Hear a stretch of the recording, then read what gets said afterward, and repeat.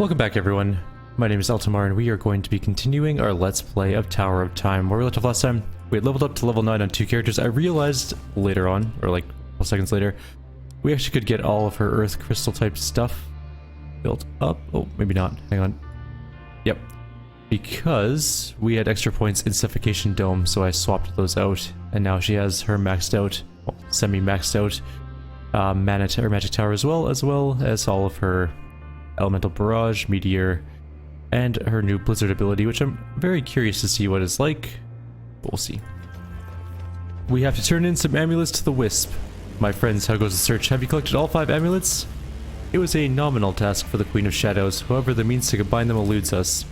If I understand it correctly, all you need to do is hold 5 amulets within the energy field surrounding me. They should fuse together into a single amulet, absorbing the power of the spell that has ensnared me. Though I do not understand this void element, the resulting amulet would surely be a powerful artifact. Okay, let's do this together. Everyone grab an artifact. Seeing as we're a man extra, I think I'll set this one out. Wait, we can't just release this mage into nothingness? Nothingness? What do you mean? Where's your compassion, Kay? To whatever ends, we will give him the freedom he seeks. You would sacrifice his immortal soul for an amulet? Mage, you have been here for hundreds of years. There's nothing left of you but dry old bones. If we release your mind from its magical prison, it will surely mean your death. What? Hundreds of years? All my friends and family gone? Bad form, Kane. A painless release would have been the most compassionate course of action. Now you've just made things complicated. I live by a series of virtues, Maeve. I have done my best to instill noble truths within others, as well as within you. To no avail, I see. My code of conduct will not allow me to treat an innocent as an enemy. He has the right to choose his own fate, privy to all the facts. And what of our quest? This amulet he speaks of could mean the difference between success and failure. The lad is right, he should be given the chance to choose. Well, was it death or eternal imprisonment? I don't know, I dread an eternity in this state, but death? No, that thought is terrifying. Please, there must be another way, don't kill me. You face a dilemma. Just the slightest nudge from your mind will tip the scales and push the amulets into the barrier. There is no doubt in your mind the artifact this fusion creates could prove important to your champion's quest. On the other hand, do you have the right to take an innocent life? Perhaps somewhere, somehow, there's another way to help him. Choose wisely.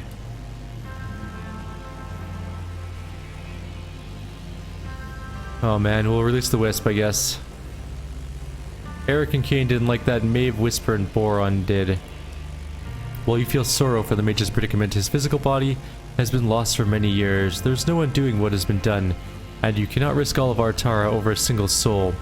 You gently focus your mind on Kane, suggesting to him that it's time the Wisp faced its fate. Be at peace, Magus.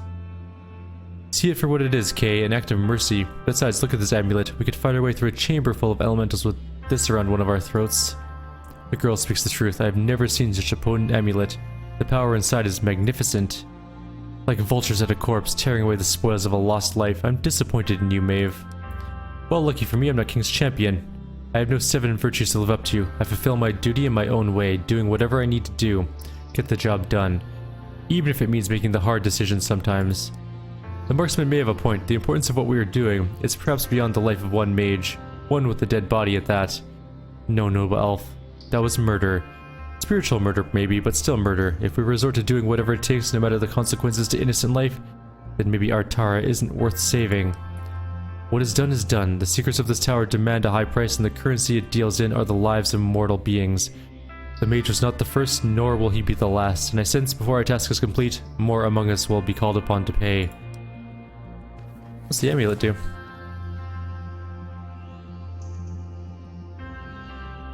Where is the amulet? Oh, it's on the ground. Wow, that is a pretty nice amulet, I gotta say. It's enchantable, 15 to all resistances, health regen +1, and mana regen +1.3.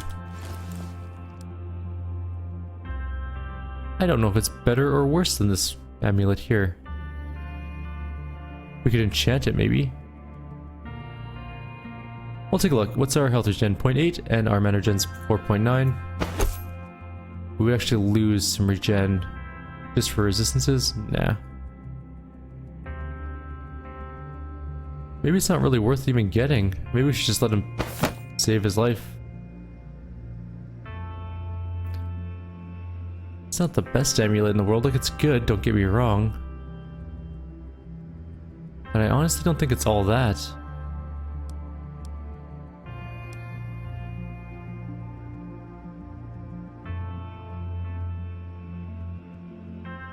Then again, how's our alignment doing?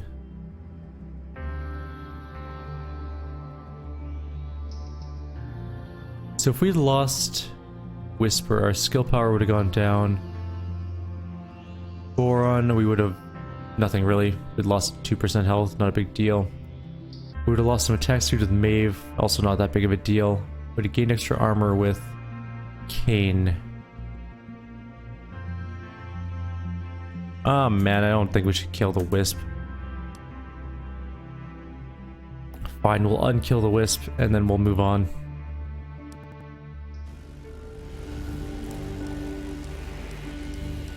Same things as before, except up to the choice. Follow Kane's opinion and let the Wisp live. Kane, Eric, and Rackham liked that, Boron, Whisper, and Maeve didn't like it. After lengthy consideration, you realize it'd be easy to forfeit the Wisp's remaining life for an amulet of power. Too easy. Even with the fate of Artara in the balance, you cannot justly sacrifice an innocent under the context of making your champion's mission a bit easier. No, you will not condemn the mage's soul to oblivion for some trinket, no matter how powerful. You gently focus your mind on Maeve, suggesting the Wisp's time here is not yet over. Such a waste. Thank you for your mercy. Perhaps I can repay your compassion someday. My lord's task is not to collect magical trinkets, but to reach the true power residing at the bottom of this tower. It is a duty that carries no justification for murder, even if you are but a spirit. We're wasting valuable opportunity on a mage long dead. Here, if it means that much to you, take the amulets. Perhaps I can repair your compassion someday. Well said, Shield Guard. No matter our quest, we must rebuke such dark paths. They will only lead to our undoing. Oh god, these other amulets are just so terrible.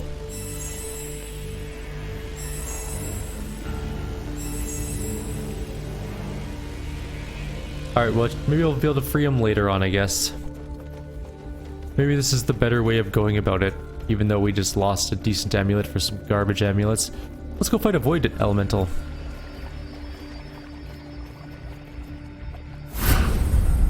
Is that it for this level, though? Let's take a quick look. We have one battle left and one enchant scroll left. Where's the enchant scroll, I wonder? Possibly at the end of this bridge. There's a fountain here and an old book. Let's just save before drinking. Void resistance.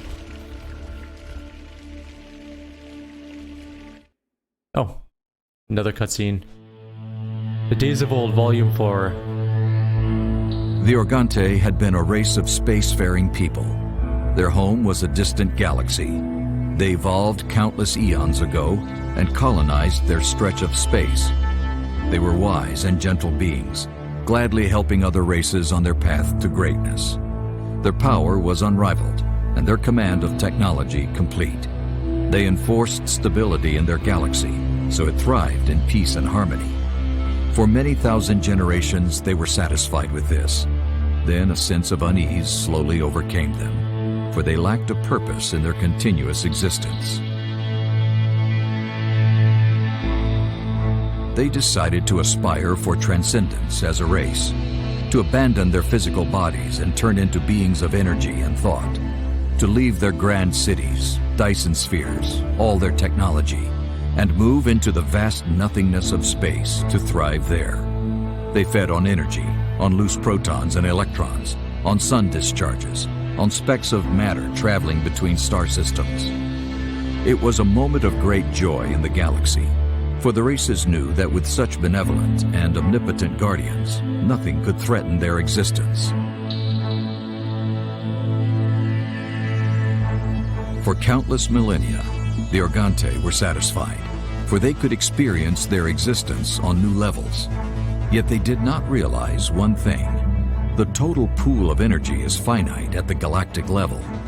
There was less and less unclaimed energy available to sustain their life force.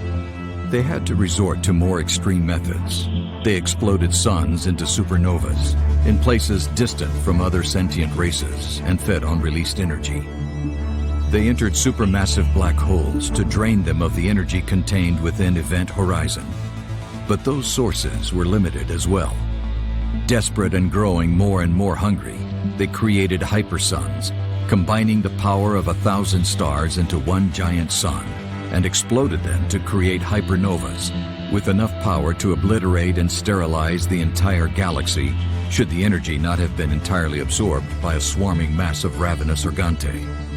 But that was also not enough. They tried to move to another galaxy, but the void in between did not allow this, for nothing can exist in that space which is not a space, not even a thought.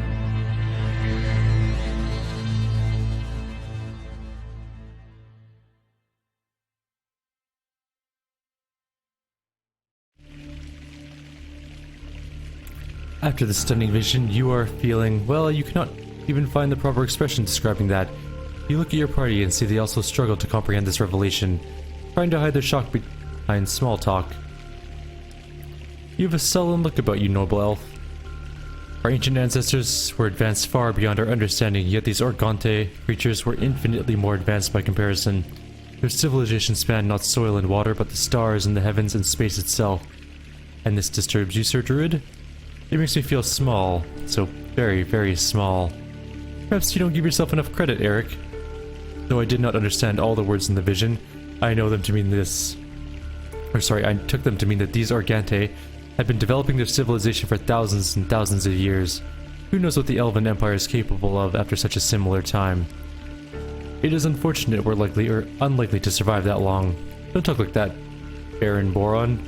My lord sent us here to avert that very fate. These visions move so swiftly, I'm left with more questions than answers. These Organte, they seem to be peaceful, good-natured creatures. Why would they do anything to harm us? I don't know, lassie, but that Proteus Magi found something that didn't sit well with them, and I'm guessing the whole lot of them is about as trustful as a gang of hungry orcs. The conversation dies quickly. No one really has anything more to say. The power to consume supernovas. Although, I don't understand why you would create a star and then blow it up. It seems like the amount of energy to create the star would be just as much as you'd get out of blowing it up, so it seems like a net neutral energy conversion, probably. Let's do this thing. Wait, silence, I feel something. A single thought struggles to the surface of its consciousness and works to pierce the barrier. You're able to hear what this thing is thinking? Well, don't keep us in suspense. It's not as simple as that, Lowborn. I feel the being reaching out with its mind. It's clearly aware of our presence, but its nature is so bizarre, as if it lies in total opposition to everything that is us, our life force, our thoughts, our physical selves. I don't understand. Wait, I feel it more clearly now. Yes, one overwhelming thought, a single purpose born of twins. Yes, death and destruction. This thing is not a simple being, far from it. There's much more deep within, beneath anger and hatred. The violence it seeks is maybe its means, but not its end. To know more, we must awaken it. Only then can I see what lies below and know its true purpose. It seems unwise to wake such a thing prematurely. We need to know more about it before we act. Oops. I guess we can't open this yet. Or can we?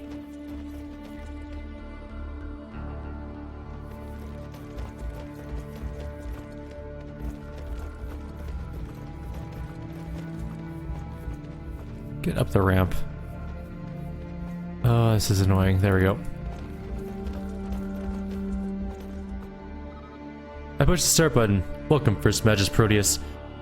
Current active session, 3rd year post-discovery. Accessing recorded voice files. 1 moment, please. Perhaps you're wrong in your assessment of no magic, Your Highness.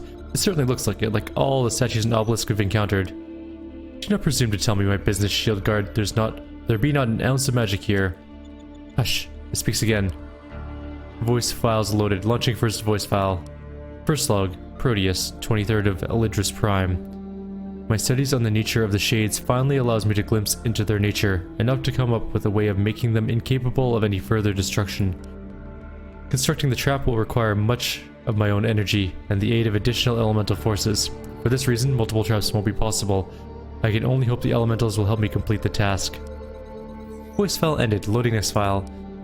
So this is indeed a prison, and the shade inside could be one of the very creatures our ancestors fought in the Great War. The prison doesn't seem to be working, though. Why has it not escaped? It lies dormant. The barrier must keep it in this state. Perhaps the logos will tell us more. Second log, Proteus, 30th of Elidris Prime. Elementals of earth, water, fire, and air agreed to help me, offering a portion of their core essence. They were reluctant at first. since the exchange weakened them significantly. They equated the sacrifice to a human permanently losing the function of an arm or leg, yet when I presented the nature of my experiment and hope I held for it, they recognized its importance. They understood as well as I do such extreme times require extreme sacrifices from us all. According to my calculations, the trap I have devised should be strong enough to hold and pacify a single shade creature. Soon I will know if my calculations are correct. I depart today with the mission to catch one and bring it here for further study. Voice file ended. Loading next file. A trap powered by elemental forces? What an insightful idea. Yes, this Proteus Magus clearly held a superior understanding of magic. Third log, Proteus, 15th of Aledris Ebb. After nearly 2 months, I have successfully captured and imprisoned one of the shades.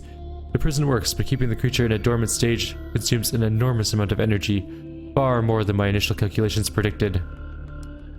Even more disheartening is the creature's ability to absorb energy over time. Clearly the shades were constructed with this purpose alone. At first, the elemental energies of the trap worked as expected, weakening the shade. But with each passing day, the elemental energies grew weaker while the shade grows stronger. I believe, given enough time, that these creatures are capable of devouring any form of energy put against them. At this rate, it will not be long before it has the strength to free itself from my prison. I have thus decided to stop the experiments for the time being. I cannot continue my research unless I find a better way of containing the shade. But for now, I must prepare for its inevitable escape. And this alone is my top priority. Under no circumstances can I let this single creature roam free on Artara. But I am at the disadvantage, as so much is unknown and time is not my ally. My only certainty right now is that if the creature awakes from its dormant stage, recharged elemental essences should hold enough power to weaken and subdue it again. At least then the creature's efforts towards freedom from the prison would start anew. I have erected a barrier to the next floor, a failsafe, in case the shade ever does regain consciousness and I am not present or unable to stop it. Based on the void element, if my calculations are correct, even the shade will have no power to overcome it. Unfortunately, this will also seal the tower off to everyone else as well. Once activated, the barrier will only disengage if the shade is pacified again. In the unlikely event of my demise, prudence dictates that I leave a record of the technique to recapture the creature. It's a basic concept really. The core trap mechanism stuns and severely weakens the shade. Each element activated and added to the trap thereafter progressively saps more of the creature's strength. It is essential that only pure elemental energies are used at that stage, essences which may only be contained in specific crystal containers. I must record this process in writing in further detail, an assurance the knowledge of dealing with the shade will not be lost to time. While I hope to continue my experiments, time makes no guarantees. For now, the shade must be kept under constant watch, else it could become a threat to the entire tower. Last voice file ended. Have a nice day, First Magus, Proteus.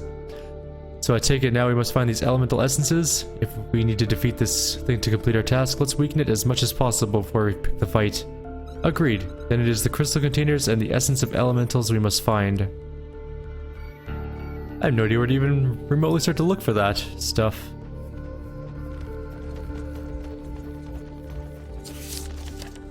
Should I go to the wells, I guess? Maybe it's the water crystals and stuff like that? Let's try it out. Fire crystal 1, let's go there first. No luck. Maybe it's the gems we picked up for the supervisor.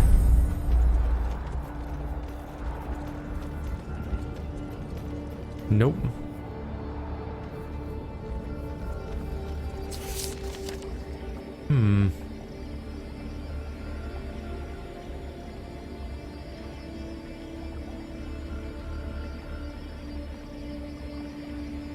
Let's read the quest. We need to find suitable elemental containers.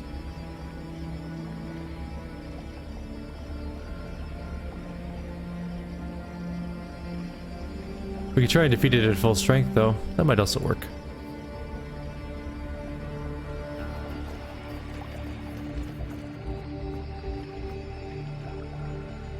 Elemental containers.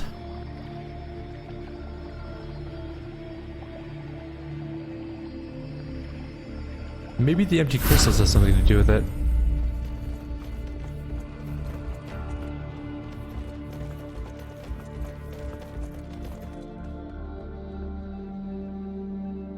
Oh, there's the containers. Okay. There's at least a container. So the things we need are here. There's an earth container. We need elemental essence to activate the beam. These crystals, I feel they can hold immense amount of magic. Let's make good use of them. Okay, now maybe we have to go all to the shrines and do the thing. Possibly. Let's go find that out. Or do we just use them on the actual containers themselves? Nope, okay, we need to go find some things.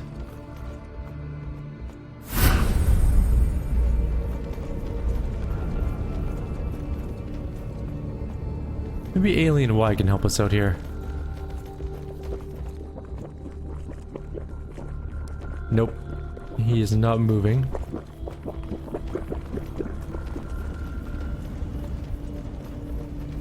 So it has nothing to do... Oh, maybe it's the crystals in this actual room.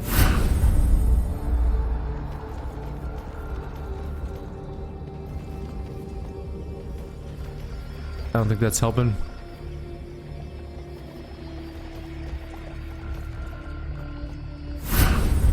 Is there anything else in the secret laboratory area we need?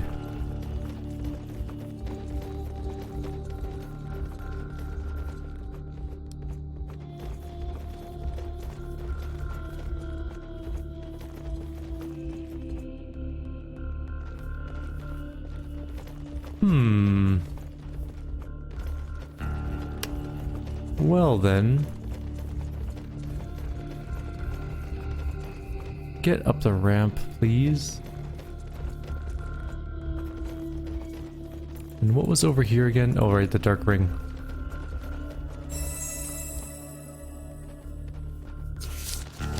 Alright, if we're gonna go out here, there's an earth altar there. Maybe it's the altars? It could be the altars, okay. Where's the fire altar?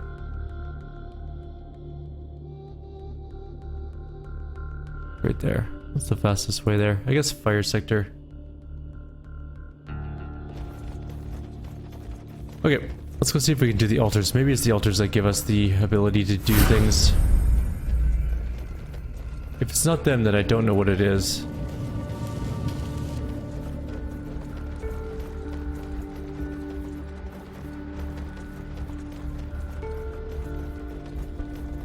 That's the wrong way, entirely.